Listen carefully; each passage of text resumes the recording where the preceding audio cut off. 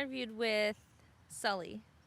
Yes. That's also one of my boys. Yes. Oh, fuck yeah. He's a cool cat. I saw you on his podcast and I got so excited. I was like, what a small world, Like what a small world. And it's like, it's obvious you guys probably know each other because you're in the same space. Centaurus shout out. He hooks me up. I'm not gonna lie. He's like, I have this cool person, that cool person. That's awesome. It's awesome. Sully's really cool. He's really talented. Super talented guy. I got really excited just seeing you on there. I don't know. He was on mine like a year ago. Centaur hooked us up, and one thing led to another. I'm like, all right, we're gonna do a mutual. I go on yours, you will go on mine. But man, aside from the business, he was just a fun guy. He let me sleep over at his place afterwards, and we were just chatting, rapping, smoking, this, that, and the other. Cool cat. Shout out Sully Bop. At Sully Bop. Sully, he's really talented. Oh my gosh. Mm-hmm. Well, small world we all live in. Here, take your, so you can feel like you're officially going. Oh, so I'm curious. Well, first off, so let's go. I'll do a more official start. Oh, what do you do to get in the zone? Like, what have you done in life? Do you have a memory of, I felt so absorbed into this thing when I was doing it? I just felt, like the whole world was this activity when I was doing it. That's a good question.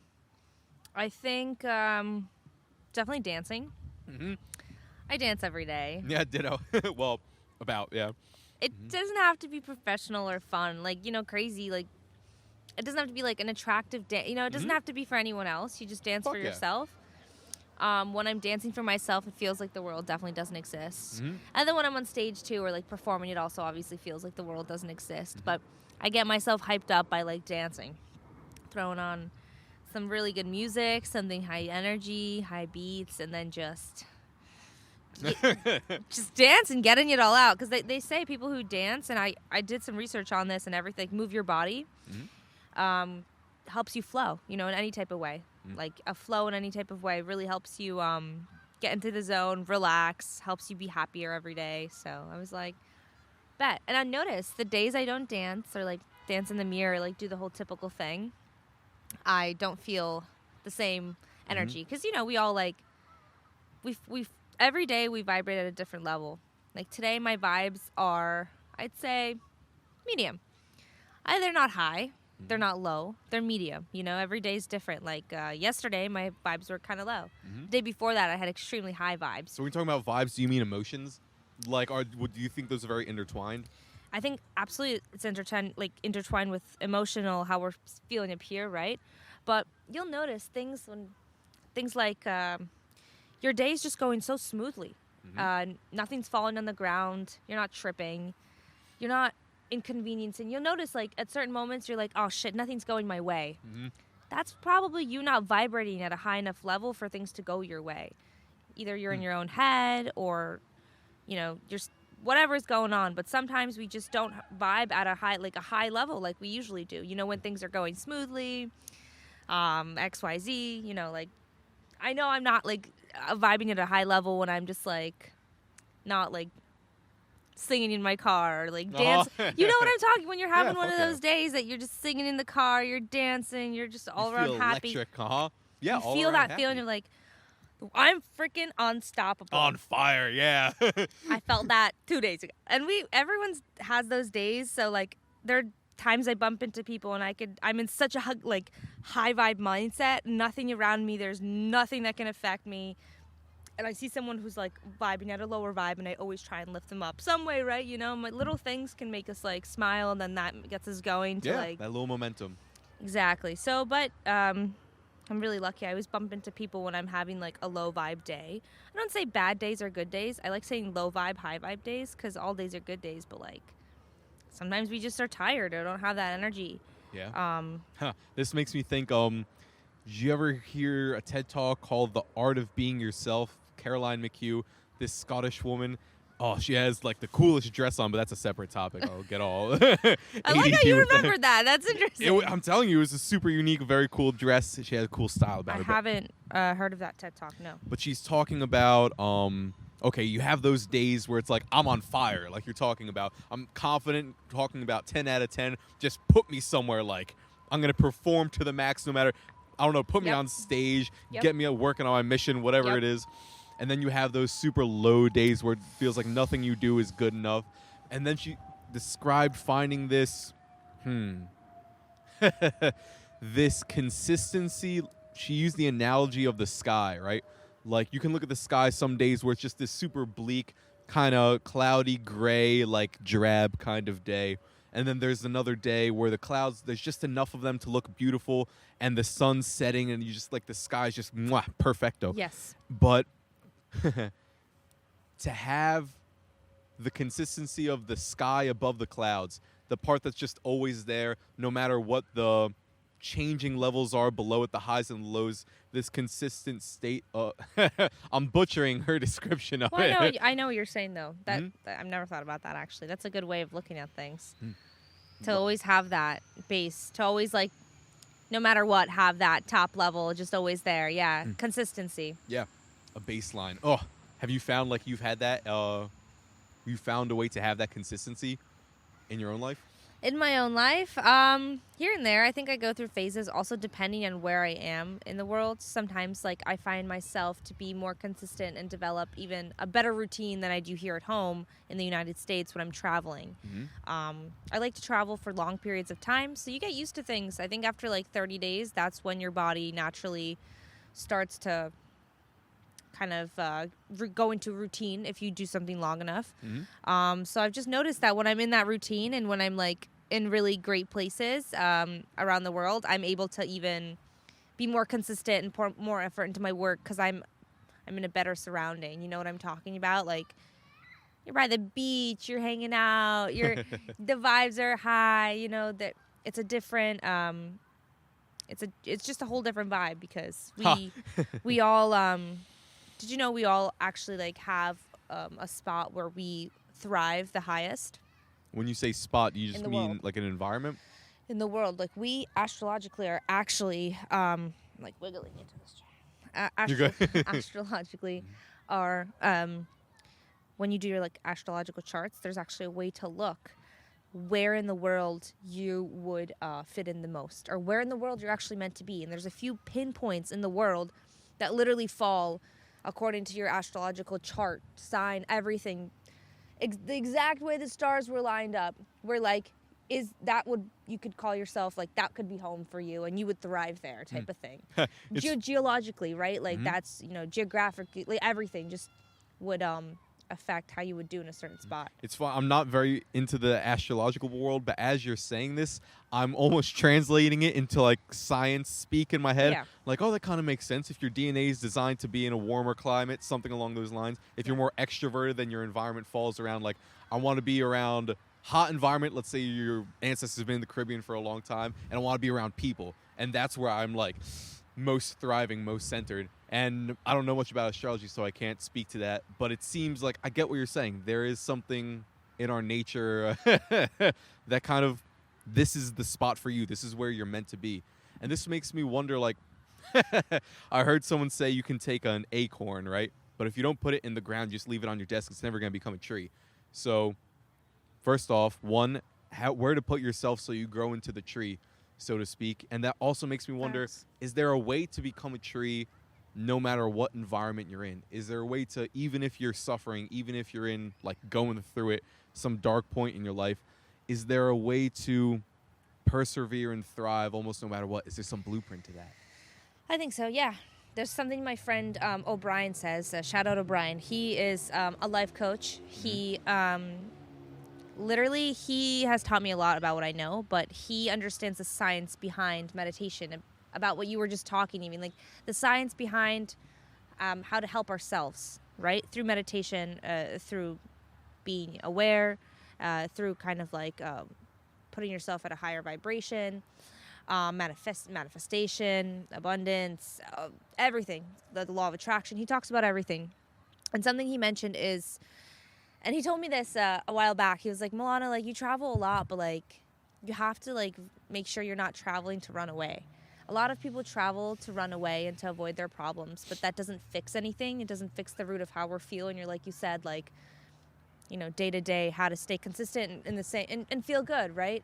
Regardless of what's around you.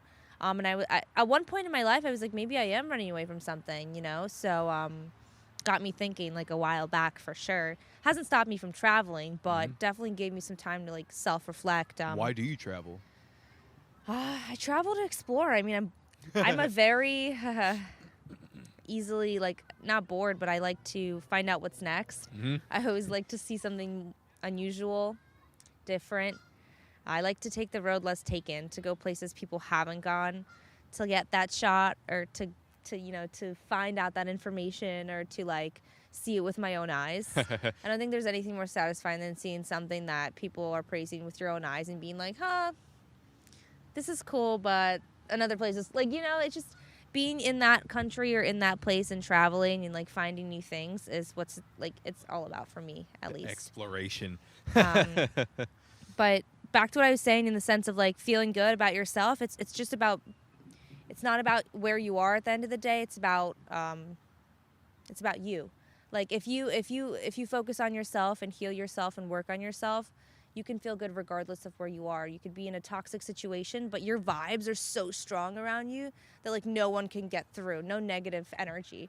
So I'm not even there, right? It's very hard to get there, but like the goal, right, is to be not being able to like be impacted by anyone else's feelings around you or negative emotions, right? Or, as an empath personally, like I struggle with that. So like being okay all the time, no matter where you are, super important. I think we all strive to get there, right? To like not care about things that we shouldn't, or, really not let things affect us deeply or get us unmotivated or off our grind. We all struggle with that. So he always tells me, he's like, it's all within you. You have to like find that first instead of chasing whatever it is you're chasing. Fix what's inside, and then you'll feel good regardless of where you are, and no matter how much money you have in the world, and you're gonna feel good because you already fixed with what you needed to. You found yourself a little more, and now wherever you are, it's for good reason. You're not running away from anything. That makes me. There's this weird problem. Well, I don't even know if it's a problem, but this question I've been thinking about lately, trying to figure out like why. Okay, first off, why live at all? Not in a super depressed, I'm pondering suicide sort of way, but just like why live? And then number two, why thrive? Because it seems like one of those questions that's almost silly to ask. Right. Like the answer is almost obvious, like self-evident. But when I think about it and I ask myself, I don't know. Like, why should I try to thrive? Because that's like, well, why live at all if you're not going to try to thrive? Like, maybe to be depressed. When I try to answer that and figure that out in my head, I'm left with just question marks.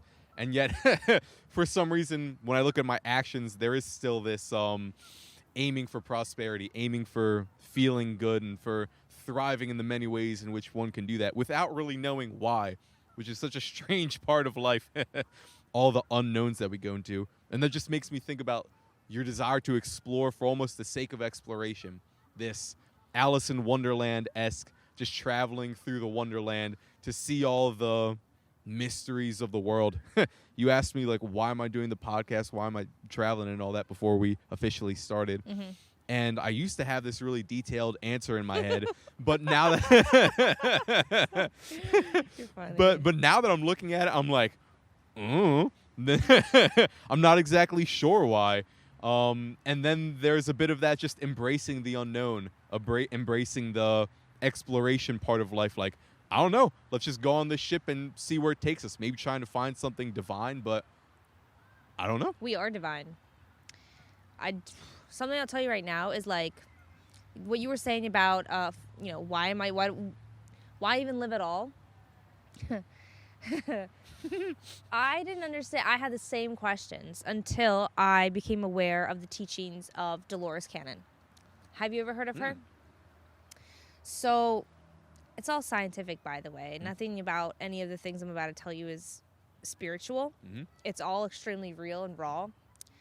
Not a lot of people are ready to hear it. Not a lot of people want to hear it because people always are like, I'm afraid to die. I'm afraid to die. Like, I don't know. Like, they fear death and they fear... real quick, would you mind tilting the microphone so that it's aiming directly at your How about now? Yes, that's perfect. There you go.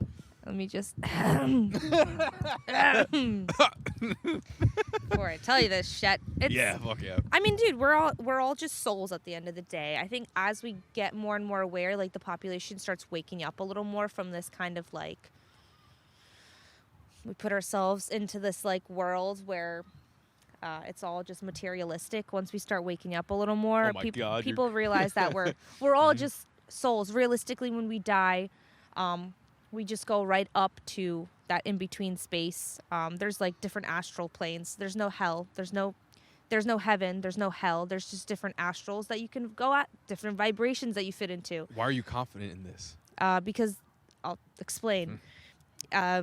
Basically, the first woman that I ever studied, she passed away, Dolores Cannon, but she is a hypnotherapist. What does this mean? We've all known that hypnotherapy is, very,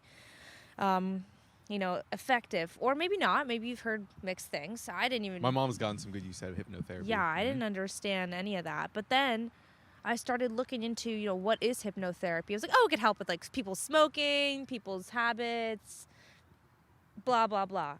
But then I looked into some other stuff, some teachings, and a friend actually sent me a video of Dolores Cannon, her speaking, and she talks about the death process. Basically, in something called a past life regression, you're able to be hypnotized into a deep enough state where you're able to go back in time, literally rewind. It's like a movie in your head and see basically your past lives, how you died, the afterlife, the astral planes, guardian angels, God, everything. You're able to fully kind of rewind back into the different bodies you were in, and maybe even get to see who your soul family is. We all have a soul family. It doesn't necessarily have to be your immediate family. It could be friends that feel like family. It could be distant people you haven't even met yet, who you will meet, who are going to be your soul mates, soul family. You'll notice like a lot of things like soulmate, like, you know what I mean? Literally like souls, And you said this is scientifically based? Yes. So after, obviously like hundreds and hundreds of years of doing these past life regressions and learning the way of doing this, Dolores Cannon is just one of the thousands of people who talks about these processes. But, people's testimonials not only been recorded, documented, everything is, talked about pretty openly if you just go on YouTube. It's just no one does. But I was listening to her, and, she talked about literally like what she's learned over her whole entire life of practice. And that's the death process, what happens when you die. And after listening to her, so many videos, she has so many books out, she has so much information out there, you just become a little more confident with like what you're doing now and dying. And I know that sounds a little depressing, but even if you do die, you're just gonna go right back into something else. A lot of people that are disabled of sometimes even per se in other past lives, something bad has happened, right? Like they've either done something bad, and what it is karma in the next life. Then you pay off your karma in that life, and you come back as a different person or a different being with a different purpose, whatever, but always to learn the same thing. So at the end of your life, whatever lessons you got from your life, you take that on to your next life. Reincarnation is like very real. Is this falling along the lines of Buddhism? I don't believe in any one religion. I believe that all religions have truth. And after learning about the teachings, right, of what actually happens, what is religion, like what is spirituality, like going into detail, and I realized that like all the practices we do as all these different like religions and Buddhism and Christianity and everything, right? It's just our ways of making ourselves feel comfortable, and also obviously praising the guardians and the angels that are literally next to us, guiding us all the time. That's how we show our thanks and practice, by going to churches or by having holidays, like none of that stuff is realistically real. It's just our way of like saying thank you or coming together or having some type of like, way to come together as different groups. That's why we see so many people splitting up. There's so many different religions. There's so many different groups out there. But realistically, we're all one people. We're all one people.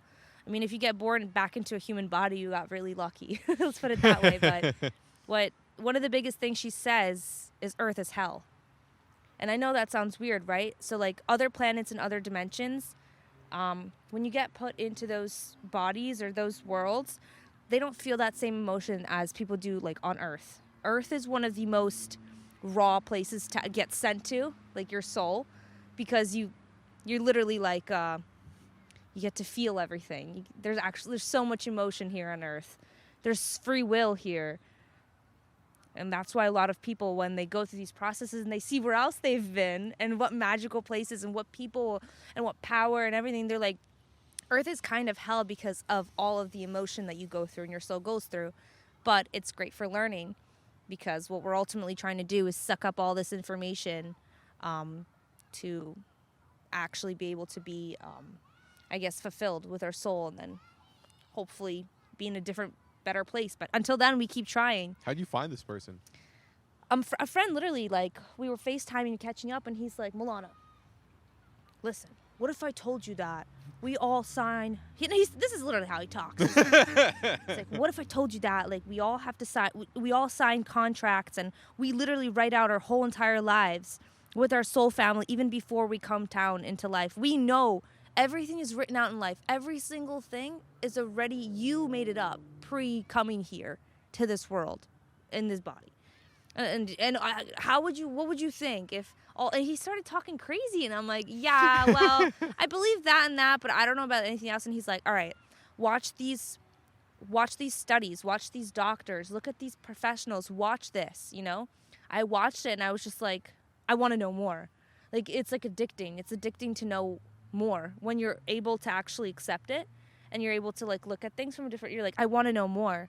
So then you start just learning and learning and learning, and then eventually, like, my whole view on religion changed. My whole view on like life kind of changed.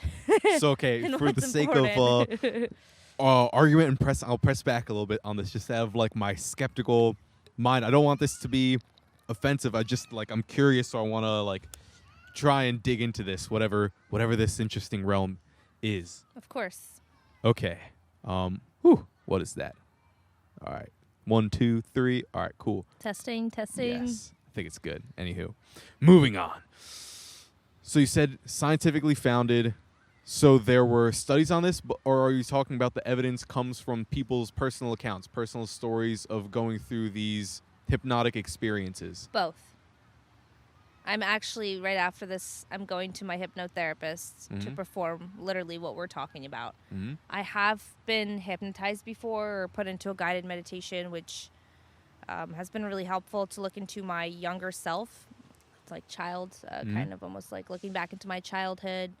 I think we're going to be continuing that tonight. I'm not the best at explaining things, so I'm going to tell you how I can explain it, but the woman I work with, I mean, not only has she done it thousands of times, but the studies of all the other people that have practiced hypnotherapy in this way, if you just open the internet and look, all the information is there. Both testimonials and scientifically proven, what happens in our brain, how we're able to like mentally tap back into like our past lives, right? For example, like when we meditate, I have a hard time meditating sometimes, but when I do, I feel good. And my friend O'Brien, he explained it to me. It's like when you meditate, you're in this like, you know how you're constantly in like a fight or flight mode, right? You're constantly like looking around, like you said, watching your back. You're aware of what you're doing. When you're meditating, you're able to turn that off. So you feel absolutely tranquilo, no fight or flight. That gets turned off, and you're actually able to like heal your body as you meditate, because that fight or flight mode is off, so your body's able to like work on healing itself. That same concept goes into kind of hypnosis when you're deep enough, because you start with meditation and then it can fall into a hypnosis. I don't know. Hypnotists are definitely scary a little bit. I think they got some massive power, but I mean, that's why you have to trust anyone you work with and make sure it's something you're ready for. Like if someone told me this like 2 years ago, I would not have been ready to do any of that ancestral work or past life work or even like child memories and going deep into like what my, any childhood trauma work, or, we all need it. We all need it, and The childhood trauma work, for some reason, is much more believable to me when I hear it. But when I start to hear about like the past life regressions, that's where I get. Well, I guess I'll have to do some research on my own if I'm absolutely, man. Deeply curious. Now about yeah, this. you should. I mean, if you think it's possible to be hypnotized to see your past, right? Memories that are here, but you don't remember them realistically unless you tap into this zone. Oh, like it's so weird. Like, how do you know? How does anyone know it's a memory and not the equivalent of when we have a dream, right? And the dream can create these incredibly elaborate stories, but it's not necessarily something that was actually acted out or that happened in the past. It could potentially be a whole new story. Yeah. Like, how do they know it's not just that when you're getting hypnotized into these Dreaming past is lives? different. Apparently, according to people I've talked to, what dreaming is you literally, and this Dolores Cannon talks about this, you are leaving your body. Every time you close your eyes, your soul leaves your body and goes to other astral projects and goes to other dimensions, goes up to see angels, guardians, gets messages, gets like, so sometimes when you wake up with a feeling or you feel like things were a sign, it usually probably is. Sometimes my dreams are the most chaotic out of anyone I have ever met. Oh, I might give you a run for your money. Let's hear it. Chaos! I don't even know. Chaos up here. So I don't take my dreams too seriously because I know my brain is just exploring. Our souls are literally flying around to different dimensions, different people, different portals, everything, like when we're dreaming. And then when we wake up, we get yanked back. Almost like there's a silver cord, like holding our soul to our body. Okay, two things. One, should we set an alarm so if you have an appointment later so we don't miss it? Because it's been a common theme of the podcast where it's like, I didn't know that much time flew by. Oh, shit. Absolutely. Mm-hmm. Let's do it. Yeah. We have some time, though. Cool. Yes, because I can definitely see us getting into a good flow where it's like, 2.5 hours or something just flew by in a snap. Yeah, right? Yes. All right, so listen, things that you should definitely explore on your own time, right? Oh wait, I'm so curious. What are one of your dreams? If you remember the face, yes. Anyone that you would, if you would like to share, Let me when you'd be willing to think. share. I don't know. I think so many dreams. I have dreams every night. Mm-hmm. Do you remember them like clearly when you wake up? I remember them when I wake up. By the time I like brush my teeth and get up. Do you ever record a journal? It's the weirdest fucking thing. Oh, damn, I cursed. Darn, I cursed. If I wake up and I'll write the dream down, the dream will become... the dream will become more clear as I write it down. I'll remember parts of it that I didn't remember as I woke up. And if I go back to it days, weeks, months later, I could have completely forgot about it. But as I read through, all of a sudden, it's this entire dream will just... I'll be remembered in a snap. Because your body told you, right? Your mind and your body told you that. You remembered because your body and mind reminded you, right? If I have the journal and if I can read back to it, then all those memories come flooding back, even though I may not have thought about it for months. Exactly the same thing. Your brain captures all the memories. It's all up here. You just have to tap into it. If you can meditate and get inward enough, right? If you can get into the point which what I experienced is a state of, like you said, no one can touch me. I'm absolutely great. You're in a meditation, like from what I felt, it's literally like you're untouchable. Mm-hmm. And you're in the zone where your body's just speaking to you. My body would just let me know what I need. She'll ask me a question, and my body, I get pictures. I start getting pictures and flashes during like this hypnosis. And like, what does your body need? Tell me more. Like, tapping into my emotional, my intelligence, my physical, my mental energy, everything. Man, I want to be hypnotized. It sounds fun. You should give it a shot, dude. I mean, make sure you do it with someone you trust, obviously. But I recorded my full session, so like it's nice to hear it back. I actually put myself into hypnosis by accident because you're able to use the first 10 minutes of this to meditate because it's a great meditation. Technically, it wasn't a hypnosis. What she did was a guided meditation into a hypnosis. And when you're hypnotized, you're fully aware. Oh, you want to hear something crazy? Talking about hypnosis. when we talk about being fully aware and being in the hypnosis, I heard I forget from who, but whenever you're watching a movie, if you feel the emotion as of the character as they feel it, you're in a sort of hypnosis. You're being put into this trance of literally becoming and living the character. That's cool. So it's weird to think that many people watching movies are being hypnotized like all the time. You have a very strong energy. I could tell you that. What is it? What does that mean? I think you're capable of literally like anything you put your mind to. That's the energy I get from you. The go-getter. But your energy is very high. It's very contagious. It's rare. It's rare to have such a high vibe, you know? And I'm happy we actually met because I think other people think this too, but I think that you meet people at certain times depending on how you're vibing, where you are in life. Yes. And you leave people's lives just the same way. It's not a problem, but I think it's just cool that we were both energetically matched, that we made this happen. So that's really cool. I'm lucky that, you know, like, we met. It's, you know, Ditto, this has been really, fun. Really cool guy, really cool person. Oh, and the rave was cool. We met at a rave. Thank you, Centaura. Shout out to bringing us. Forgot we were recording. We met at a rave.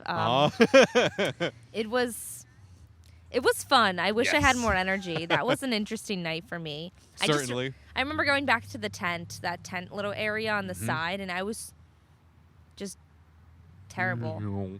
Like power down? What do you mean terrible? I don't know. There were a lot of drugs in that tent, and it was just janky people, and I was trying to, like, I don't know, I thought I wanted to be friends with them, and I was like, okay, I do not want to be friends with these people. They are very, like, low vibe, not nice people. Yeah, like you can get that's such a weird selection at a rave, because you can meet the guy who, like, let us play with the glowing staff. Yeah. It's like, yeah, man, here Cool, you go. Just so cool. And He then was awesome. Yeah, and then you can feel a darker, like, if I'm not careful, Yeah. Oh my I may gosh. lose some of my We got valuable stabbed, items. Yeah. Yeah. I literally felt that in that tent, and I remember I texted y'all. I was like, yo, come through to the tent, and you were on our way, and I was like, no, don't come through anymore. Don't come through anymore. Just kidding. Weird Yeah. vibes. But next time we go, we should bring a tent. Set it up. Have a little Fuck yeah. camp thing for us. Get some more food. Oh my god, Get yeah. a little more supplies this time so we can really go all night. Oh, Pillows, blankets. Fuck yeah, dude. Me and Satar were talking about that because Dallas and Seth were like, dude, we're fucking tired. We want to go. Me and Satar were looking at each other like, dude, we could go to 8. We could go till 8 a.m. No fucking problem. I loved your friends. Oh, they're fucking They're amazing. family brothers. They're amazing. You guys are definitely maybe even soul family. You're just such a... Seriously, you know, it's that connection with people that, like... You know how it says friendships transcend lifetimes? That's what it is. You're just soul family, and time after time, you just, hey, okay, I'll be born as your son this time. All right, that sounds fun. I'll be born as the family so dog. it's just a couple of gods talking in the astral plane, planning out the next life. Not gods, you. You plan out everything. You. What if we are gods? In our own way, right? But you sit down and you plan out everything that you want to happen for your life. Doesn't mean it's always going to go exactly that way, because we come with free will. That's the thing. We'll come with this like free will in life to do and to fuck up how we want. But maybe that fuck up is already written in. You know how things sometimes work out in the end in like a weird way? That's because everything is kind of already written out, and you and your family, soul, whatever, you already wrote it out for yourself. Sometimes I hear that tragedy is true too, where the ending sucks. Where like you fuck up life and then you die. Like there wasn't the redemption part. Like, but then it is. You come back. You if just that's come true, right then back. yeah. You come right back and you do it again until you figure it out and you learn. That's just it. People always, there's so many myths about like reincarnation, and there's so much talk. But now that there's actually studies coming out, and the closer and closer we get to this holistic, in my opinion, I feel like there's going to be some type of like World War III, but it's going to be holistic. It's going to be like a wellness war. Everyone's going to be fighting for all of the holistic products, all of the good food. Everyone's going to be fighting for all of these practices, all this healing that we can achieve. When you say fighting for it, what do you mean? Like, this is my super fruit, or this is my super fruit, and like punch you. Right take the now, superfruit. we're just all going. No one's really stopping. The younger generation is starting to get it a little more. People are kind of waking up. They're becoming more aware of what they're eating and putting into their bodies. They're being poisoned. They're being, kind of woken up to the fact that the Holocaust for animals still exists. People are getting woken up to the world isn't what it seems, that there's wars and things are going on. Things are happening. Life is very real. People are waking up a little bit, right? And seeking help. Reiki, hypnotherapy, yoga, meditation. People are reaching, screaming for herbs, herbal supplements, holistic health. And that is going to be that's going to save lives. That's going to be our whole future. Nothing's going to matter anymore. None of this materialistic stuff's going to matter. This is what I think. I think only the holistic stuff's going to matter. All the healing that we can get, all the people that are doing all the healing stuff now, everything from tarot card reading to Reiki healing, Japanese Reiki healing, that they're going to be booked out. They're going to be fully booked out because that's how much people are going to wake up and be like, this medical stuff isn't working anymore. What do I do?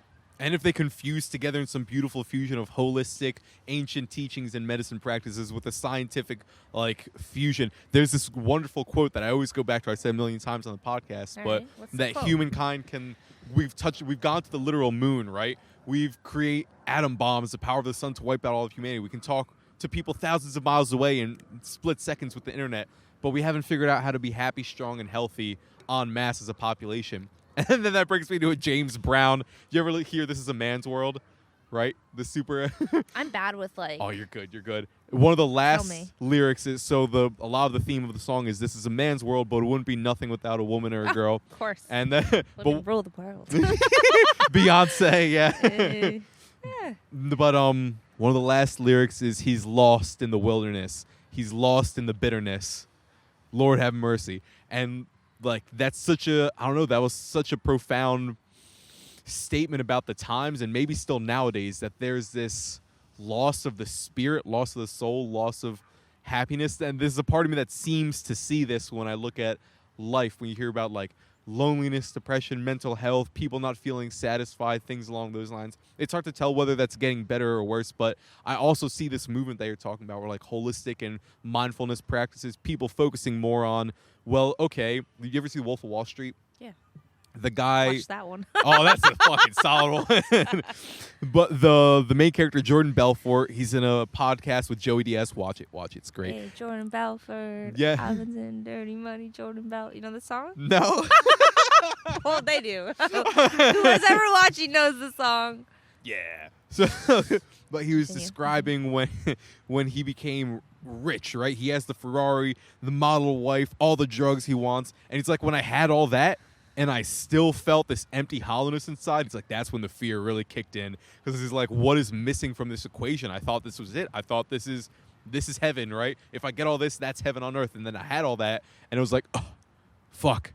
I still feel terrible. It's true. It's so true. So, what's missing from that equation? It's great to be spoiled, right? And nice to... I like luxury things. Yeah, I'm not going to lie. I like this Jackery, this camera. Yeah, it's cushions. nice to have things, right? But, all we really truly need is ourselves. I just think that even I'm a little spoiled because I'm so used to these, materialistic or earthly items that have, made my life easier in a way, right? Yeah. Or having a prosthetic leg is nice. Yeah.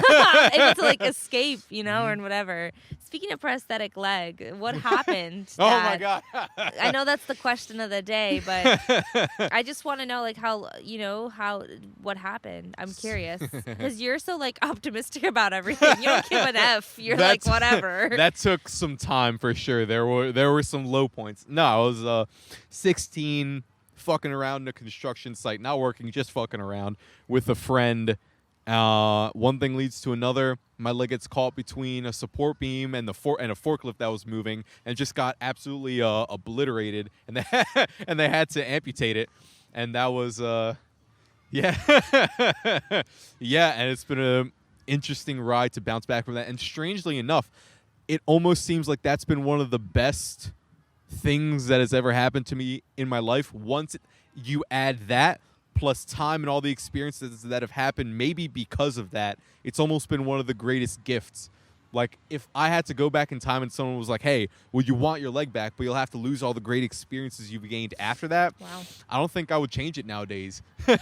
Wow. And I'll also say, because this is always, we'll see where this goes, that the biggest thing I don't think was losing my leg. I think the biggest thing was losing this deep purpose I had in life. I had this sense of mission, this purpose, this dream, this goal I had, that when I fucked up my leg, I couldn't do it anymore. And it was just in a split second, gone. Yeah. And then it's just this sort of rebuilding from that kind of ground zero. From zero. From literally nothing.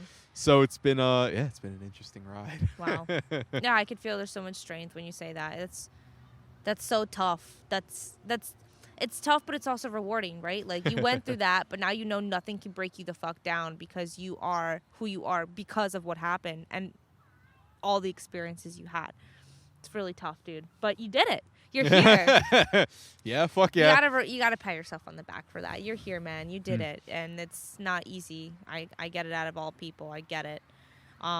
People always think I'm like super happy and like I've been through a lot of shit myself. I was gonna say I can see you've seen some shit when I look in your eyes. Sometimes it's like I see a flicker. Been through some stuff for sure, like in my life, and it's all in some fucked up weird way. It's all made me exactly who I want to be today.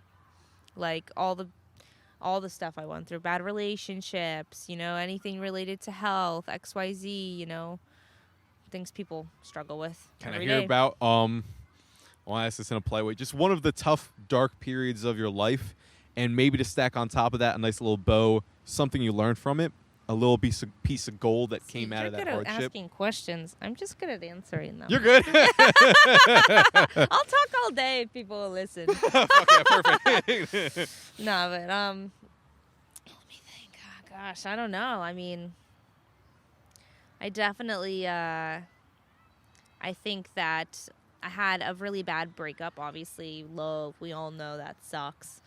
And I actually ended up leaving the country because I felt like that was the only way I was able to like get away fully and get over things. I can relate to that. Yeah. I left to Australia, actually. That's where I studied abroad. And then I also backpacked and traveled. Completely changed my view on like life and friends. I mean, it was awesome. I met so many great people. And going through that toxic relationships and like, getting out of it, I feel like it taught me to value myself more. Like we just like chase after people all the time, but we don't like stop and try and heal ourselves. We just try and like look for things to grab onto to make ourselves feel better. And that's just being a person, that's being a human. But like after I came back from Australia in 2020, like COVID obviously and all that stuff, I was able to like actually reflect and start my healing, which is working with amazing healers, shamans, people, psychics, mediums, anyone who can help me like heal from what I went through. And I got the help I needed, thankfully. I've worked with so many different amazing people, so it really taught me that I'm not alone and to value yourself, and that nothing is greater than healing yourself. You can be as vengeful as you want, but it's just going to kill you in the end. Like you can be as angry at someone as you want, but it's just going to hurt you in the end. So unless you do the inner work, you're not going anywhere. Even if you think you're not going anywhere, but you're doing inner work, you're getting somewhere more than if you're just going. You don't stop to heal. You don't stop to reflect, and you don't stop to like ask for help and, fix. Do you think the going sometimes can be healing? Yes. Momentum is great. When we catch this momentum, but momentum burns out, even for me sometimes, If I don't stay consistent with things, or if I miss some type of my routine, I've noticed I can burn out easily from just going. Mm-hmm. I truly go and go when you're fully manifesting and you're on your way to your purpose. Like you said, you had that's when you're going and going, but it's in a way that's almost like subconscious because you're enjoying it so much and you're striving. It doesn't feel like you're going, or it doesn't feel like you're going to the point of burnout because you're working towards something you really want, like a grander purpose than just, I'm going to my 9 to 5, I'm going to come home and then, go to sleep. Like that's my worst fear. I can relate to that fear. People ask me, they're like, yeah, so what's your worst fear? I'm like, yeah, getting a regular job in an office. And my family's busted their ass their whole entire life, like working in offices and whatnot, and friends and family. I've seen it. I've done it. I don't want to do that anymore. That's why I took the entrepreneurial route this way, because I'm a good, Do you think there's any, I'm going to butcher this quote, but it's something along the lines of, what are you not willing to feel? And within that lies something very important. And personally, I can definitely relate to what you're saying about the like 9 to 5 fucking shoot me now. Darn. Shoot me now. That's not what I want. That's absolutely not what I want. But as I'm going down this more entrepreneurial path, I can see that there are elements of that that would be extremely useful to actually being able to be self-sustaining on this entrepreneurial path. The work ethic of being able to sit down and fucking grind, being able to sit down and get through the work. And at the moment, I'm struggling with what balance of that to add into my life. And I'm also working on this, trying to create for myself an artistic university that I'm living in, for lack of a better way of saying it. There's the guy I always talk about, I very much admire and like his lifestyle, Wim Hof, when he was growing up around like from 17 to 25, something along those lines. He lived in a hostel. Not a hostel. He lived in an apartment building that a bunch of like 150 people were squatting in. They had to pay very minimal utilities. They didn't have to work. And they had this free time where if they want to go be naked doing yoga in the morning on the lawn, no one in the society cared. If they want to go be doing music at 2 in the morning as loud as they wanted, no one in this little environment cared. And he said there was so much creative freedom there that they were putting on festivals, this, that, and the other. And he said this was a haven. It allowed him freedom of thought, showed him parts of himself he wouldn't have known, and that he naturally wanted to become very disciplined as a result of living this lifestyle over years. So I'm wondering how much of that to incorporate in my life and how much of this more capitalist, like the right thing to do, the well-trodden path, get your grind and get your sponsors, get your money, get your house. Like I'm struggling how much of that to balance at the moment. Yeah, dude. And so I'm wondering, how do you, what do you prioritize at the moment in your own life? That's a good question. Let's start off to address what you said. I think that you're not struggling, you're doing it. I mean, how old are you? 23. 24, actually. I'm the 20. other day, I just... it was your birthday? Yes. Happy birthday. Thank I you. didn't know. You're good. Oh, so you're a Libra? Yes, scale thing. Mm-hmm. Well, I don't know. Like, I think you're doing it. You're doing great. You're doing it. I mean, I'm 20. You're 24. Like, we're going through it right now. We're figuring things out. Like, we have different... We are equipped with different skills and things than people were, like our parents or our grandparents, right? We have different things to work with, so we're on a completely different journey. We've been through so much in the past couple of years between like all the drama and then COVID and then XYZ. You know, back in the day, I feel like that wasn't a thing. You're doing it, man. You're doing great. You know, Thank you. I think you should just incorporate whatever feels right. Like, I'm prioritizing growing my business right now. Mm-hmm. I'm prioritizing. Here's the thing with me is like I know I'm gonna be financially free. Fuck, heck yeah, that's also what I'm shooting for. Financial independence. It's the only way. You're almost not living unless you're financially free. Doing things the amount of times you want to do them with whoever you want, whenever you want, is freedom. Is what is living, right? I feel like that is eventually where you want to get, right? Like to the point of where you're financially free and you can truly like pick a direction, whichever way you want to go and do it. You know what I mean? Type of thing.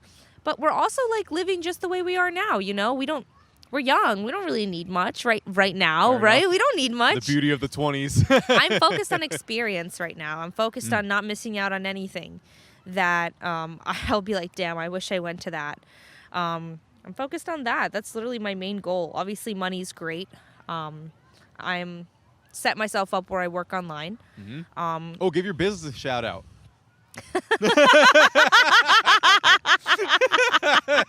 Just my page is I'm my business. I'm the face of my business. I'm an Amazon seller, so that's separate. I'm not going to shout that out quite because that's not directly with affiliated with me. Mm-hmm. But in terms of like me, my business, I support me on Patreon. That's where I post all my exclusive photos, videos. Mm-hmm. I do sell exclusive content outside of that. Mm-hmm. And what can people find you under? Just, you can find me at my name, Melana, Melana, on Instagram with a couple A's at the end. But if you type in Melana, I should pop up. In my link, you'll find all of my, my YouTube right now, which is mainly what I'm growing, social media-wise. Mm-hmm. And I'll have some links in my in the pages to Melana. Thank you. My Patreon's on there. Obviously, TikTok, Instagram are all growing. I'm really focusing on health, on all everything. Like the next wave of everything that I'm going to be doing is going to be focused, especially on TikTok, on health, showing people that you can live a vegan, healthy lifestyle and be healthy, not too expensive, and it's doable, and there's access to vegan products and plant-based things everywhere. So kind of just focusing on that for my platforms. These squirrels, by the way, are freaking adorable. I've been seeing them like chase each other for the past hour.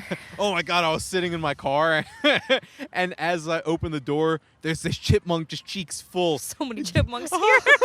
He just runs upstairs at me and just keeps walking There's by. so many chipmunks here. It's so cute. Oh my God, later, you don't see as many now, but this little bush that's right over here, there were a bunch of these tiny birds like this big landing on the branches. Like dozens of them, super bright yellow, really close, like a foot away from me, just chilling, not worried about me at all. Is it different? Is it different than your area?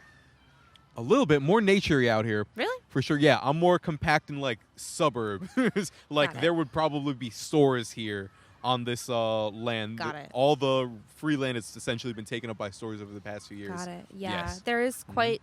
We have so many parks up here and stuff like that, and little yeah. reservations. It's wonderful. As I was driving by, I'm like, fuck yeah. The air, it just smells so much different. I'm like, nature. Dude, you literally came here like earlier just to enjoy your time. That is living. That is what you should be striving for, doing things like that. Okay, you come early one day, you're sitting, you're enjoying life, and then boom, you get an awesome idea.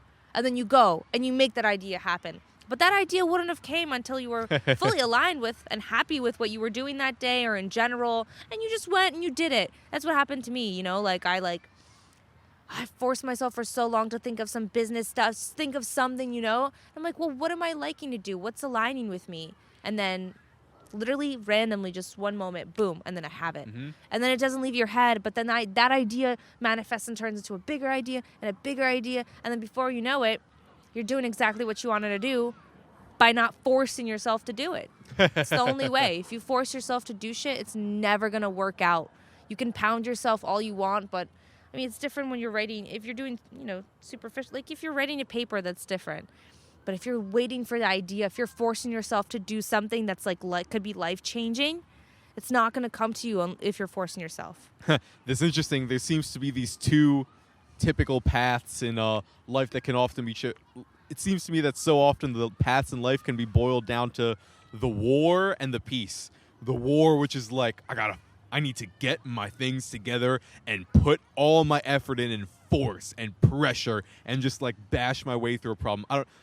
If you're a young parent and for whatever reason you become a single parent and you have to take care of your kids, but you don't have a college degree, and it's like, oh, I just need to grind. I need to get down and hustle. But then there does also seem to be beauty in that more Zen-like, I put myself into a very peaceful, joyful flow state, and let's see what emerges from that. And a lot of times there will be wonderful insights about what sort of life you want to live, what to do with your life, and even when it comes to business, things that can be very profitable just by being out in nature, walking amongst the trees, and you get, this little idea pops in your head, which sometimes I doubt would appear if you weren't within that peaceful, joyful state of mind. Yeah. Yeah? Absolutely. Fight and flight mode. Like that first one you mentioned, war, you're literally in fight or flight mode. You're like, am I going to fight? Am I going to run away? How am I going to protect? How am I going to make money?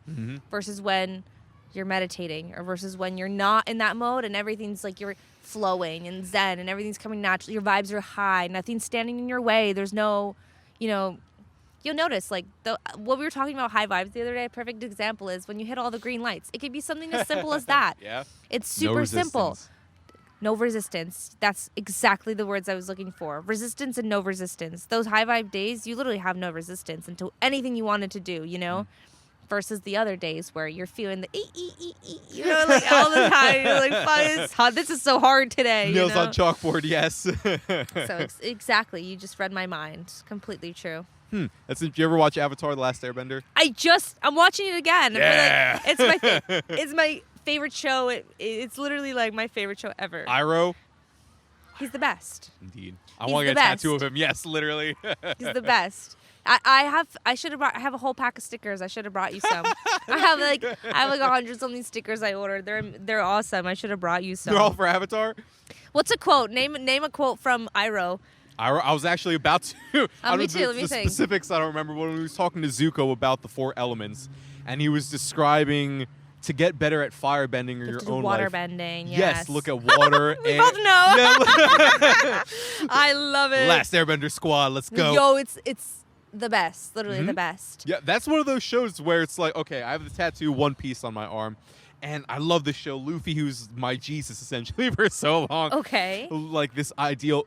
But when I look at the show now, I can tell it feels like the spirit's gone now, almost as if it's being done for profit, but the soul of the show, it's not there anymore. It's been continued too long. It should have died. But when I look at the Avatar: The Last Airbender, that was a show that from start to finish, it was gold. There wasn't ever an extra episode. They cut it off right and at the right Korra point. came out, which is great as well, but Korra, never for me, as good as the original. Yo, never as good as the original. Agreed. They tapped into something, and that I wonder how much of the keys for prosperity lies in that show alone. Avatar: The Last Airbender. For real. Yeah. Remember the chakras? Remember when he was the monk? Chakras. Talking about yes. the 7 chakras? Yes. He was spot on. He went through the chakras exactly how they are. And when you go through like for meditate or Reiki heal or whatever, they always talk about breathing through your chakras or working up to it. Listen, it's crazy. There's a whole nother world we don't see, you know. There's all these people out there that are healers and extra senses and psychics and have this like sixth sense, right? It seems like it's like either fake or magic, but it's like. But sometimes you find some people who are. You need to accept that some people are either just more intuitive than us, or they're vibing at a different level where they get to see all the spirits and they get to see the people that are, and the angels, and they get to see all people's frequency and vibrations. How would you define a shaman? A shaman? Mm-hmm. I think shaman is just someone who is able to heal. They're a healer. That's how I define it. Would you think it? When I think shaman, I see healer in a very intuitive way, strangely enough. Very tapped into the old ways of healing. I went to this, you know what ayahuasca is? Yeah, of course. Yeah, I went to this ayahuasca retreat a little bit ago, and it was amazing. Did you do it? Yeah. It was crazy. First off, I need to preface this. It was intense. Yeah, it was like a lifetime in a week. All the people I did it with, there were like 10 people went to this retreat in Mexico. It feels like we've made this family bond within the course of a week. I still talk to some of them from time to time. Soul family, maybe. Yeah, and it's hilarious. My mom was always against like weed, drinking, all those sorts of things when I was growing up. But you'll never believe, she was the one that kind of brought it up to me. Ayahuasca. She's like, I've been doing some research, hearing from some psychologists that this could be a very helpful healing thing. I went with my mom to Mexico and we did ayahuasca together. What's your background? With what? Like, what's your background? Just like I'm Russian. Okay, my mom is Slovak and Czech. My dad's Puerto Rican, and so it's this. So yeah, I understand. It was your mom is Slovak and Czech. Mm-hmm. Surprised she went to do it with you then, because I feel like European or Russian or whoever, like moms are not very like open-minded. Mine is not, at least. So how was it? How was it for her? It was hard to put into words. That should be the first thing I say. Words will miss so much of the experience. Right. That's very important to share as an initial thing. That being said, it was life-changing. It's such a corny, overly used term, but it truly was. And it's one of those things in which the wisdom that comes from that 1 week is unpacked over months and years. Like every now and then I'm still getting insights into that 1 week. And a lot of the reminders, the lessons from that week are very often in the back of my head and keeping me on track, I'll say. What's the biggest lesson you learned that week? Oh, that's so hard to put my finger on. One of them, I'll say one of the big lessons. At least, give us one. First time you did ayahuasca 3 times in the week. One day on, one day off. And DMT one, but that's a separate thing. Oh my gosh. I was naked rolling around in grass. That's a whole other that's a whole other topic. topic. You're like, I love life. Literally, before the shamans, they give it to you. And that's one of the reasons I asked about shamans, because I met someone this week. And when I met them. Yeah, you know how powerful they are. Yes, because I felt it when you're with them. It's like, you don't feel like other people that I've been with. There's they feel in touch with this part of humanity that seems to be very missing from the culture I was raised in. And anywho, when they guided us through the DMT experience, only a few people in the group did it. They said, if you want to scream as loud as you can, scream. If you want to get naked, whatever you want to do. This is the time. Feel free to do it. Just to know that you still have responsibility for your actions. And so that's a separate story. But No. one of the biggest lessons I got from that week, I've had these conflicting ideals in my head. I very much had the joyful, the Luffy, the tattoo I have on my arm, this desire to be this sort of Monkey King, Goofy-esque character in life where I'm doing a lot of playful dances with life, and that's how I wanted to live. But there was also this voice, this other ideal I had in my head that I've kind of shied away from, almost been afraid of really staring and accepting the utility of this other ideal. This was I don't know if you ever heard of David Goggins. This very, like... Bad with names. You're good. This war ideal. The ideal of consciously and willingly going into suffering, deeply into suffering. And that was a part of me that kind of like, I don't really want to entertain that might be a worthwhile ideal, because for whatever reason, I'm not exactly sure. And so I go through this week. The first time I do the ayahuasca, it sucks. I was very closed off. There was a lot of restrictions, no real psychedelic experience. I get some advice from the ayahuasqueras, the shamans, after talking to them. The second time is very ecstatic. It's like an amusement park of the senses. There are these crazy visualizations, this, that, and the other I'm experiencing. And for the last night, we're supposed to have intentions when we go into it. And I'm sitting thinking, like, I don't know what my intentions should be for the last trip. Sure. And as I'm sitting during the ceremonies, it's getting started, I finally have this insight. What does God need me to see most? And then I just repeat that in my head ad nauseum, nonstop, through the whole night. And that night was suffering. That night was, we'll have purge buckets with us, which in layman's terms, although I hate to call this, it's puke. There are these buckets you have because you're very likely to purge. We give it this symbolic meaning, which is a beautiful thing in and of itself. How do you take ayahuasca? It's it's a liquid. Okay, it's like this kind of murky brown drink. All right, got it. That makes sense why you throw up, yeah. Yeah. So that's an interesting process in and of itself. Everyone gets in this circle. It's maybe this like 40-foot in diameter circle. Okay. You don't talk during the ceremony unless you have this like uncontrollable need. Right. You need to talk. Yeah. And then what happens? Everyone's on their own mat. They open the door. You go up. You take your shot of ayahuasca. And about 15, 20 minutes pass, and they say the door is now open, which means if you want to, for the rest of the night, come up and take another shot of ayahuasca, you can go and take as many shots as you want. But you have to go up there, and you have to take it. And so... Did anyone take a second one? Oh, yeah. There are a few people who take second. And this is an interesting... Did you? On the first night, I took like 1.5 shots, and it started to feel my stomach was just in so much pain. I didn't want to continue. The second night, by the way, the ayahuasqueras, they tell you if you ever aren't sure if you should take another shot of ayahuasca, take another shot of ayahuasca. And the second night, I took maybe 2 or 3, and I was like, I had this peak experience, and afterwards, I'm like, I should take another shot. But I was like, oh no, it'll be painful. I don't want to. Like, I'm good for tonight. I'm good. But the last night, I had this understanding of, or this thought of, I'll regret it if I don't just take as many as I possibly can. Like, whenever the thought appears, go take a shot, or I'll regret it. And I don't have another opportunity to do this, so just go and, like, grit teeth, go do it. So you did it? Yes. I don't know how many shots I took. A lot. And that night, there was almost no visualization. 20 shots of ayahuasca later. It was fun. I purposefully didn't... Oh, I'll toot my own horn for a second. I took... One of the ayahuasqueras told me, like, he took the most of the night. And they're about to tell me how many I took. And I'm like, no, wait. I want it to be mysterious. I don't want to know. I just want to know that I took a lot.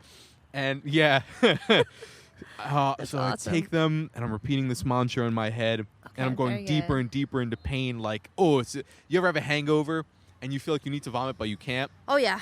Yeah. Just imagine that feeling like times 20. And it's anytime I do purge, it's a very little bit and it stings. Like it's this acidic burn. And I like another shot. I'm literally like, as I'm going up to take another shot, I'll scoot my bucket an inch. I don't have my leg on for the ceremony, so I'll like scoop myself up an inch. Wait a minute. Take a breath. Before you're like, it's like you're taking a shot of Svedka. It's After you're already like, yes, Svedka, as you're already having alcoholic poisoning. You're like, but no, there was. Svedka's nasty. Oh my god, yeah, like rubbing alcohol. Dude, it's the worst. People who say Svedka's good is no. But back to your thing. So that last night, did you get your answer with what you were looking for? I felt almost like there was this thick black electricity that was like sludge running through my veins. It felt like I would bang the ground, and it felt like I was you ever see Star Wars?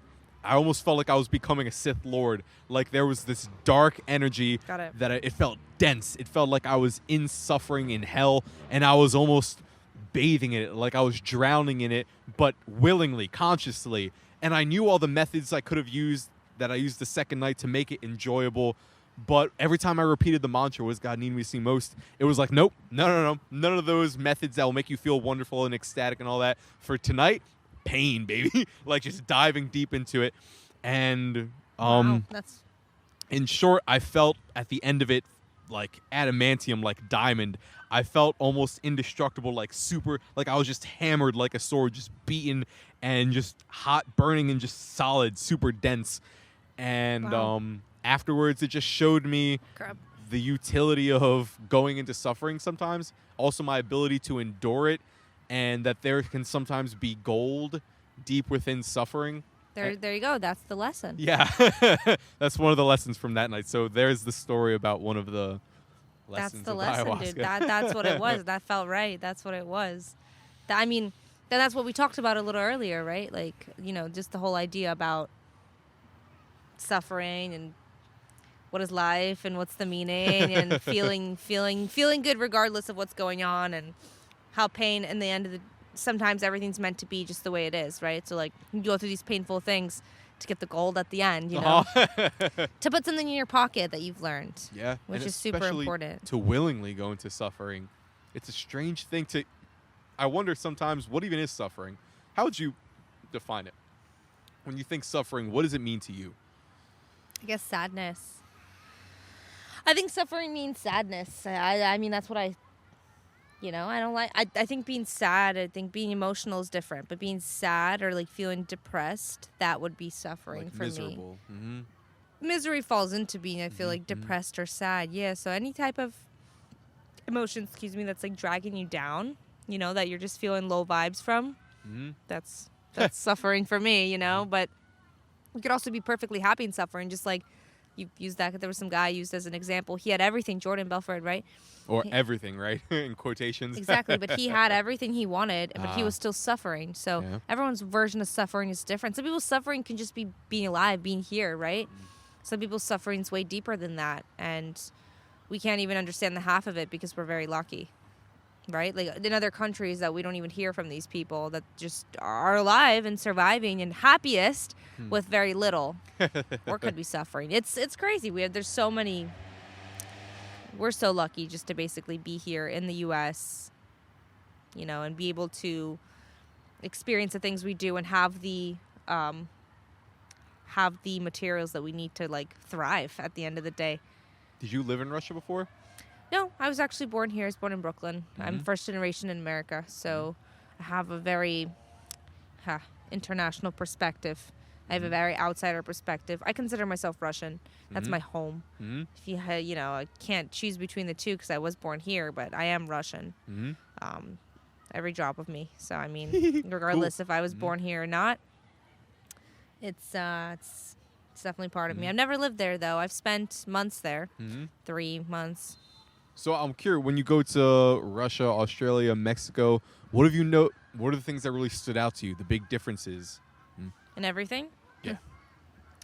All the countries I visit are just different because of the people, the environment, the climate, and how people live. Like, I just went to Mexico and, like, everyone is just so happy there. Everyone is so happy no matter what they have going on. Like, they don't take things too seriously. Everything is like la broma. Everything's a joke, Everything's a joke.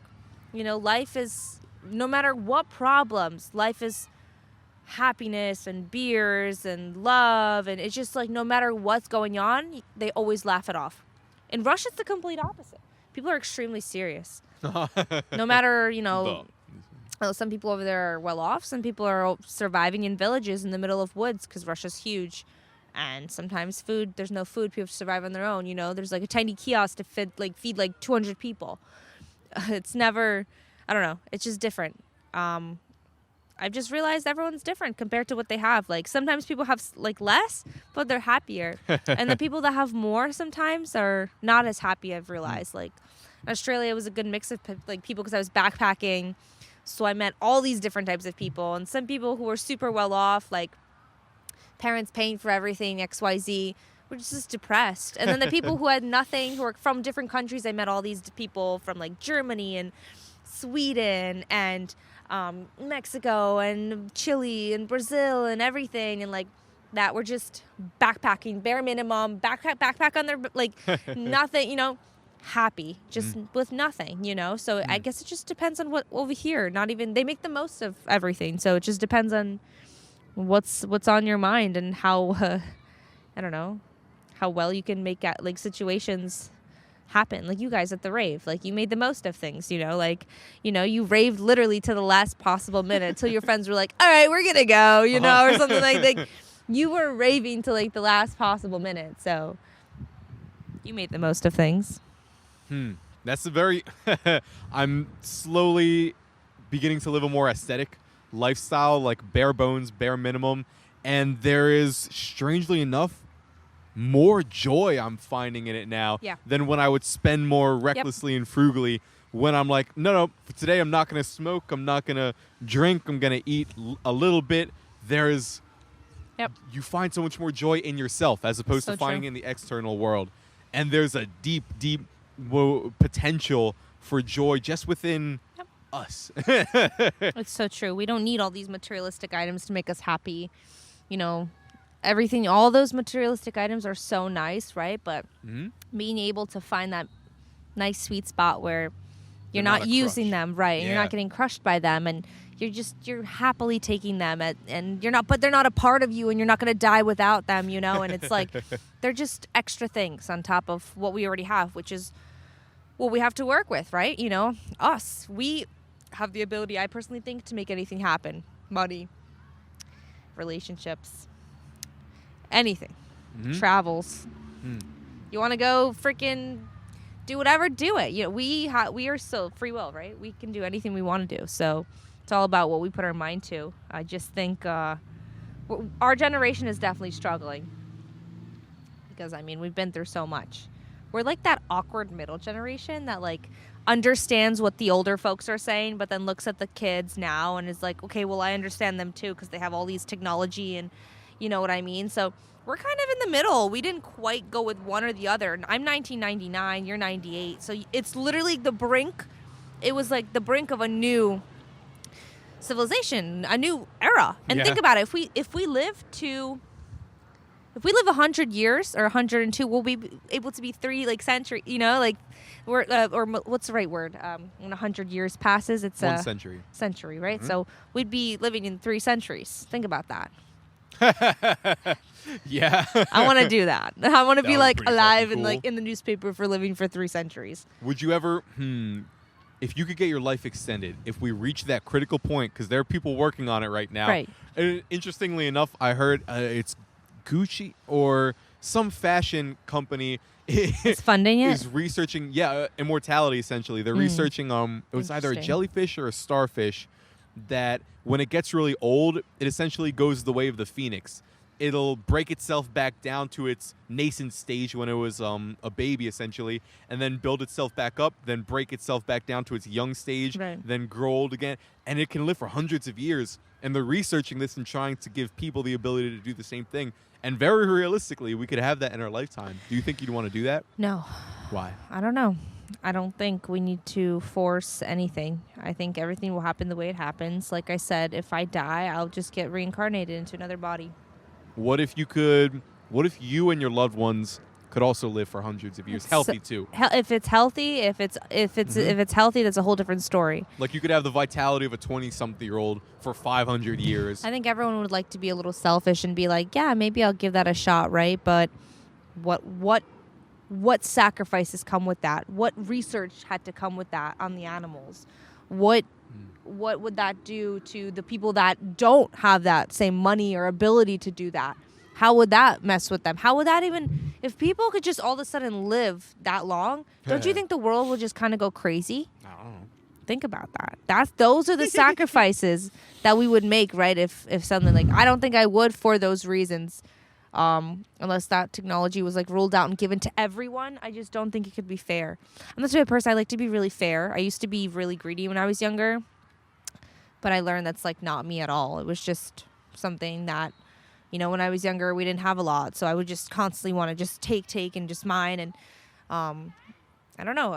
If it's not given to everyone, I don't think it's fair. What about smartphones? Not everyone in the world has a smartphone, but we're still enjoying ours. Yeah, well, a phone is a phone. Life is different. Life. The idea of living longer when people have terminal diseases, people do anything to survive. Survival is different than a phone. Survival. A phone is just a materialistic item we carry. All right, I'll play devil's advocate because I enjoy that. Bro, you're funny. Yo, if you had, I'll go a little dark for a second. Some nice Russian seriousness. We're getting dark. If you had some sort of terminal illness, would you want to, and there was a surgery available to you because you're in America and we have advanced technologies, but it's not available in Mexico or Haiti or Zimbabwe, etc., would you not have that surgery done to save your life or for your kid's life? I would, of course, because we all want to survive, right? If that's available for us, we all want to survive, I would, 100%. So how is that different? How would that be different from living an extended period of life? I don't know, because we're all meant to live and die at a certain point, right? Your death is already you already know when you're going to die. Apparently, according to the studies that I learned, no one dies unless they're ready, even children. So it's as sad as that seems. I think that, I would, of course, I'd want to cure myself of that disease to live out my lifespan, right? But if that was an offer to live longer, I don't know. I'd have to really think about it. If it was my whole family, all my loved ones, because I wouldn't want to watch anyone die and then feel kind of bad for still being here type of thing. I'd feel kind of guilty almost that I'm here and that others aren't. That's just me though. Yeah, that's a strange one. Would you get the surgery? Yeah. To live hundreds of years, you mean? Yeah. Probably. And then I figure I can always off myself if it's not worth it. It's not even that. See what I see that right there? I could never. But that's a weird poetic dream I have, to live the kind of life where when I die, it's by my own hand because I feel like I've lived and done everything I want to do. And I look at life and there's nothing left for me here. Well, dude, you're young, and here's the thing. What's stopping you from doing that? That extra 50 years won't, or 100 years, won't stop you from living your life. You have your whole life ahead of you. We're in our 20s. You still have all of that opportunity to do that and more. And then you can figure it out. I know, do whatever you want. It's your life type of thing. You could still have that idea that you have now. Just you don't have to live forever, right? Some people tell me they get tired of living forever. I guess if you're healthy, it's a different story, right? If we figured out how to be healthy and 150, 200 years old, eventually maybe it'll be a thing, right? Yeah. But again, it's just like anything else. You're going to need money for it. And money right now is so... People will do anything for money. Think about that right now. Anything. And not everyone has it. Kids can't even buy houses these days because things are so crazy priced. We've all been seeing it on social media. It's when I was your age, I had 2 kids and a house. It's okay, Mom, how much did you buy the house for? $60,000, and I worked a job where I got paid $20 an hour. I don't even, whatever, When you do the math, back in the day, things were way less expensive. You know what I mean? Now things have amped their price by times 3, 4, 5, 600%. I don't know. That is a theme. I haven't researched very much, but it is a theme I've heard about our age. That compared to the 70s or 80s, having a college degree, buying a house, Yeah. People do anything for money, So it's Yeah, if you really need. and not a lot of people. Who knows if people our age in 100 years will even have access to the money that we have now, that we're making now. Maybe like the dollar bill will become worthless eventually. We're already in debt as the USA. Like you never know what's gonna happen. Yeah. Oh, this is okay. So, as someone who identifies as Russian, I'll dip my toe into the political water for a second. I don't even know if political is right. But what do you think about the whole Russia-Ukraine situation? I choose not to talk about this because my opinions are not the mainstream opinion because of my family. Actually, all of my family being over there, everyone except me and my immediate family is over there. And that So I'm so curious. I have a whole different view on that. I just choose to keep it to myself because not everything needs to be Yeah. up No, and out fair there, enough. Maybe when the camera's off, because that is something I'm Yeah. so curious, because Absolutely. I get the sense that in America there's some American propaganda, and in Russia the same, and we all have our own kind of bubble of information that we live Totally. in, with Literally. our own bubble of values. Literally. I mean, we're just like what's put into our food and into our makeup and into our products for our skin, into our shampoos and conditioner. It's put into our TVs and into the media and on our brain. It's the same thing. They're just choosing what information to show us, and the government and the whatever, they're choosing what information not to show us. If they want to show us something, they show us something. If they choose not to, then they choose not to. I think people don't understand how much control the government has over us, unfortunately. So like you said, the information is you never know if it's accurate, because one country's showing something that another one could be black, whatever, you know what I mean? So Yeah, hard to dive into the truth, especially Never around know. something as controversial as that, where there are so many interests involved and so many people who want such different things. literally, man. Yes. But I love that you were like, I'm gonna touch into that. You're awesome. You're such a good you're such a good host. I appreciate your energy so much, literally, so much. I mean, I think that you should go on TikTok more. You should make these into TikToks. Cut these into about 15 seconds, if not Right. less, and then just post them up. Just hashtag, see what happens. Yeah, no, I feel that. I'm slowly building my my callus towards posting, because If you need help. hate posting. Well, if you need help, you could always reach out to me, and we can do a full rundown of what you need to know for posting on YouTube, for posting on TikTok, for posting on Instagram. I can try and help you as much as I can. I know you got lots of friends who probably do this stuff, but if you ever needed my advice, I can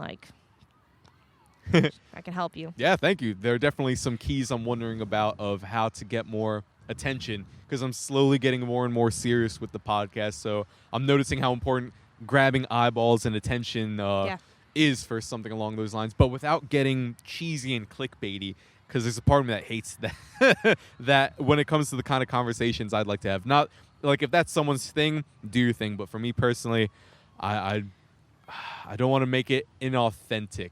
Yeah, well, there's nothing inauthentic about you. So it depends on the person interviewing, in my opinion. If the interviewer is not authentic, the interview is not going to be authentic. Let's say you set the setup. I'll put a sign up and say, come talk to me about XYZ for 5 minutes. And you just put the camera on, and you have random people, set yourself up there or something. Sit down and talk to you for 5 minutes about something. Have you ever seen someone do it, like a Steven Crowder do that? Yeah, stuff like that. I could see you killing that. And there's nothing wrong with being just yourself and authentic the way you are. Yeah. And if the person's not authentic, don't post them. But if they say some really cool stuff, and you'll get to meet so many different people and get opinions, Oh my God, yeah. So I think I could totally see you doing that. It could be a little clickbaity in a way, right? But gaining that engagement, you need a little bit of that hook, right? Yeah, to get people to fair be enough. oh, maybe I'll click on this 10-minute video and actually watch it. Yeah, that's funny when we say get the hook, because it is a little bit like fishing. I'm fishing for an audience. I do want, because I could never make money off of this if I don't grab an eyeball. But I want to be the kind of salesman that when you buy the product, so to speak, you don't feel icky afterwards, like you got cheated out of something. That's what makes you different, I think. That's what makes you different than other people, is you're looking out for them as well. You don't want to feel like you got cheated or you got drawn into something. You want to make sure it's natural engagement, which is really good. That's a big difference. Not a lot of creators are creating that right now. It's all clickbait, and it's all like you said. It's literally just more views, and I even do some of that stuff, right? You know what I mean? Just to get more engagement. But when you do post honest content and you can mix things in there, like the clickbaits, I guess. You mix things in there. You know what? So Maybe clickbait's too harsh of a word to say. hooks. Hooks, yeah. Because when I say clickbait, I'm thinking specifically of those titles where you click on the video and it has nothing to do with the title, essentially. Like, the specific examples escape me, but you kind of get what I'm saying. Yeah, I do. Yeah. But yeah, no, seriously, hook. Ooh, I'm curious. What are What are hooks? yeah? What are some of the effective hooks you found? Some of the effective ways to grab attention. A couple ways you can stand out in your videos and stuff like that is by putting a great cover on. So when you're photo editing, you're doing something, creating a nice cover for your YouTube videos or your whatever videos to either post on your feed or make the cover of the actual YouTube video super eye-catching. Make it colorful, make the words nice and bold, put your picture in it, put a couple little things, emoji, whatever that fits the actual thing, and then put it up as your cover for, for everything. And that will help grab people's attention because it's like, oh, this is about XYZ and it's colorful and it looks professional and nice. I'm going to click on this video. Yeah. That's a good hook. Okay. I'll congratulate you on some of the pictures I've noticed you post that it's like the whole picture is an art piece. It's both the environment as well as you and your outfit, but also like the coloring that's bouncing around. It syncs up nicely because I notice some people, if they post a picture, it's just them and like, I don't know, a white wall behind them while they're in the room. But to literally put that all together is a cool part of the artist touch. Thank you. Do you have photographers that you work with a lot, or is it a lot of you making your own pictures? Thank you for asking, and thank you for that. I appreciate it. When I do shoot, I put all of my love and energy into it. I really try and not only get really nice and aesthetic shots, but also I like doing creative photo shoots. Just like you're an artist, I'm a creative. Yeah, it's like one where you're like going in halfway through a window or something along those lines. Yeah, that was funny. Yeah, people what they don't know in that photo is that about a foot below me was like, that was actually my window of my college house. And there was a fake little balcony area that we were actually standing on to get the shot. So it wasn't an apartment building. Excuse me. People thought it was an apartment building because they were like, are you in New York? Like, I see a skyscraper, thing. And I'm like, no, it's all post. It's all post, So it's, if we can create that illusion of like different colors and different themes and different, Photoshop photos are amazing. And they, sometimes you see something that makes you smile, and like I'd like to do that with my photos. I'm moving into travel content, so more nature, more photos of me in nature, and more of me talking about all the actual cool spots I went to, not just recapping them, actually like typing out locations, really getting into detail about, hey, I went here, check this out. I give this a 10 out of 10. Check this out. I give this like 7 out of 10. You can check this out, like stuff like that. Giving people real-time advice. Where to go, what to do, what did I like here, what did I didn't. Because that seems to, number one, be a big part of my audience. And number two, it's just like you said, real content, genuine content. It's not just something random. It's more like informational. And I like that. Yeah. Especially if you're something I've noticed in my travels, that there are so many really cool spots that aren't popular. That are like just... The Literally. locals know about it. Yes. Oh, fuck yeah. And if you could That's bring my that to the thing. public, yeah, fuck yeah. I love it. Yeah, and start to promote that. Oh, I could see people falling in love with that, especially in America, because you can drive so many places just near here, I imagine. So many cool backdoor areas. So many. There's so much potential in that. So much potential. I have a great team of photographers, not photos. I have a lot of photos and a good team of photographers, videographers. I make a lot of my own content with my iPhone, actually. Dude, the camera on the iPhone is fucking mind-blowing. It's in great, and of and itself. so, I'm able to use that as, as my camera for vlogging and things like that. But I'm really grateful for my team, so I'm able to, that's how I work with brands a lot of the time. I just get my team together for a nice photo shoot. I'm connected with a lot of makeup artists, hairstylists, so I'm able to create all these like really cool looks and do all these like fun, different, exotic shoots, different stuff. Yeah, fuck yeah. How do you get in touch with brands? I'm so curious because I'm just starting to get into the sponsorship world. Yes. And I'm curious, how do you do that? That's a good question. Let's see. I think the best way is bumping up your own profile and just reaching out directly. So just make sure, there's a little spider on your right arm. Now it's on your cup. Cool. So... Hey, I thought that was like a piece of hair. Because it's a spider web. It just fell down this way. Cool. I see it because of the light, because it's like now it's on you. It's like string, yeah. Yeah, but it's not. Who cares? It's all right. I'll get it. There's just like a nest that opens on my bed. You see, like, oh, Spider-Man. oh god, Shit. the worst kind. Man, I don't know. Just bump up your profile, make it visually pleasing, and then just start reaching out to brands you like. Hey, my name is Alex. I'm a podcast host. I host XYZ. I'd like to feature your product at the beginning of every one of my podcasts, or I'd like to do a photo shoot with I'd like to review your product in a 15-second video for TikTok, Instagram. What do you think? You could send me it for free. Start with for free. Start with them for free. Be like, hey, send me this for free, and I'll give you XYZ, 1, 2, 3.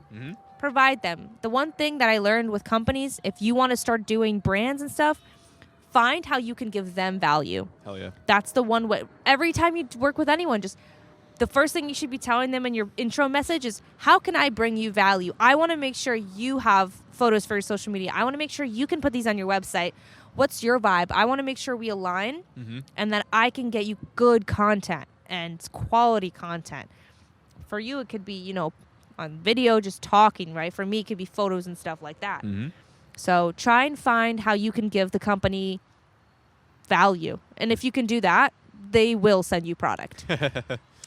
So that's my advice. Just bump up your profiles, reach out, and see where you can give them value. It doesn't matter if you have 500 followers. It doesn't matter if you have 1,000, 100,000.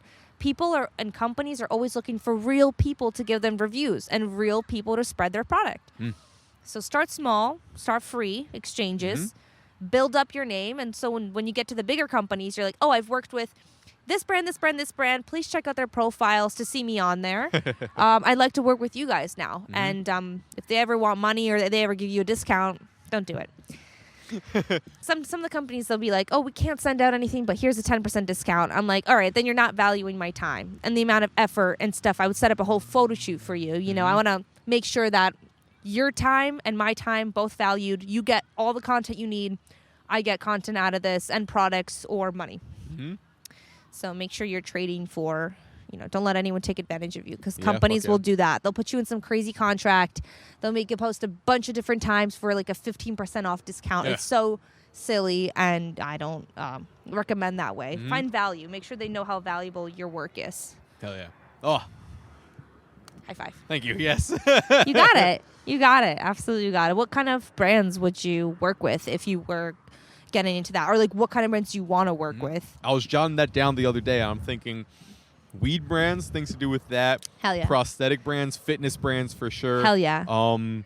Things to do with dancing, maybe art, photography. Hell yeah. I have a You're whole very list of some of the artistic, dude. spitballs. And you're a great He's a really good dancer. I to saw hear him. it. Literally, this kid like ran away from us for half the rave and was just like in the front row. I have so many videos of him just going like just dancing. No one. He don't care about nobody. He was just going at it. You didn't care, See, it's funny you say that, because I care a bit, especially when I want to get to that point where I can dance around a million people, but it feels like I'm by myself.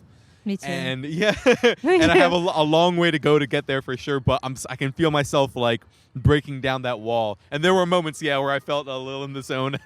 Dude, I loved it. Just seeing you reminded me that I think meeting Dallas, and what was your other buddy's name?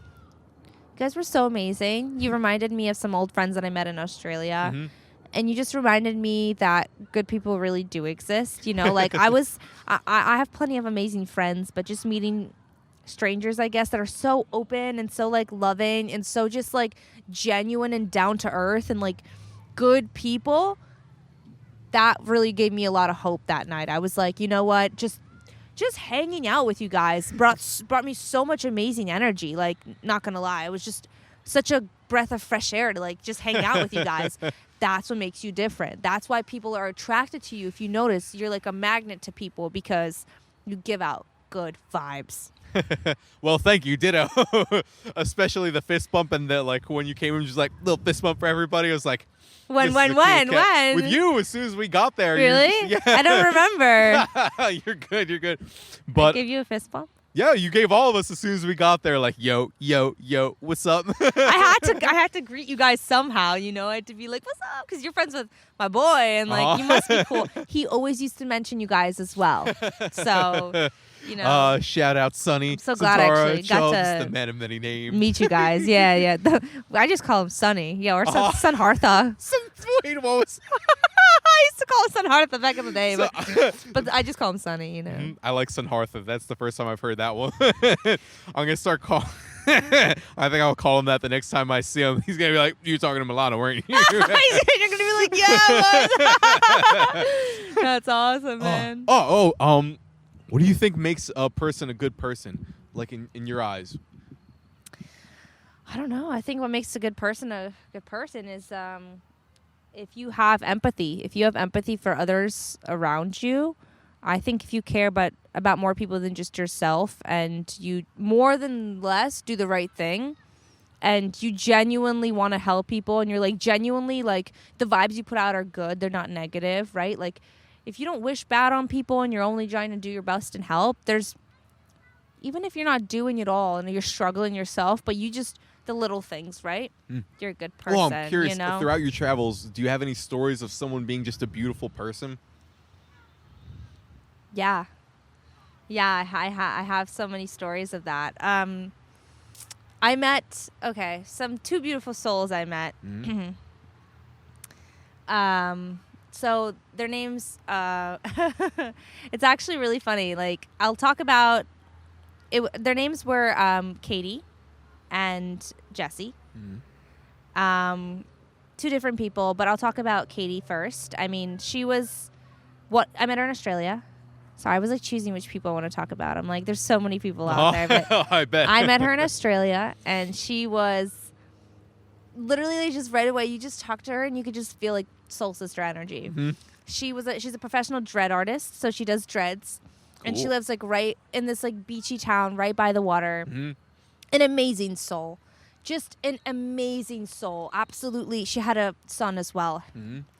So she has a son as well, but he was really small. He was only like 2 when I met her. Yeah. Now he's like, it's been a few years, so he's maybe like 5 or so. Koa, but I don't know. She's a beautiful soul. Me and her instantly bonded. Her sister as well, beautiful soul. And I was like, wow, like you're so cool. Like I wish we could just like hang out more often, and you know I could actually spend more time with you. But I had to continue on with my travels, and eventually I left Australia. We still keep in touch, and her sister Jazz is just amazing. So the two of them, absolutely beautiful souls, like the pure, so hippie, down to earth, amazing people. They put dreads in my hair. I was like, it was my first time meeting people like that. So when you talk about it, I get the sense that your understanding of a good or bad person comes very intuitive. Very. I could look at you and be like, you're just having a rough day, man. Or I could look at you and be like, you're a nasty person. I just feel it. By the way you talk to people, sometimes I'm having a bad day, stay out of my way type of thing, you know? And everyone has those days, right? For sure. But you're just having a bad day. You're not a bad person, you know? Like, and you could tell when you speak to people if that's how they really treat people or if they're just having a rough time. So I think what makes a good person is just treating people how you want to be treated. The golden rule. Empathy. Having empathy for others. Feeling bad for others. Understanding that, like, people... It's just time, yes. People are people. We're all just one people. We're all just one, you know? Doesn't matter what religion. Doesn't matter where you're from. We're all just one people. So, if we look at it more like that, I think there'll be more good people in the world. Melana out. Melana out. Mic drop.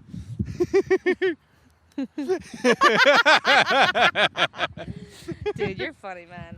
Oh, ditto. This was fun. That was so fun. Go. I just want to thank you, Alex, for having me on the podcast. Setting up in this beautiful park right by my area, you know, coming all the way out here and taking the time to and taking the time to actually talk to me and get to know me a little more and ask things that maybe made you a little uncomfortable, but hopefully you'll go home now and do some more of your own research and be able to form your own opinions to maybe mention this in the next podcast with other people. Yeah, fuck yeah. Thanks, Thank you, Melana. man. I appreciate you, man. This was a good time. Really good time, man. High five. Thanks, guys. Appreciate it. Mic drop again.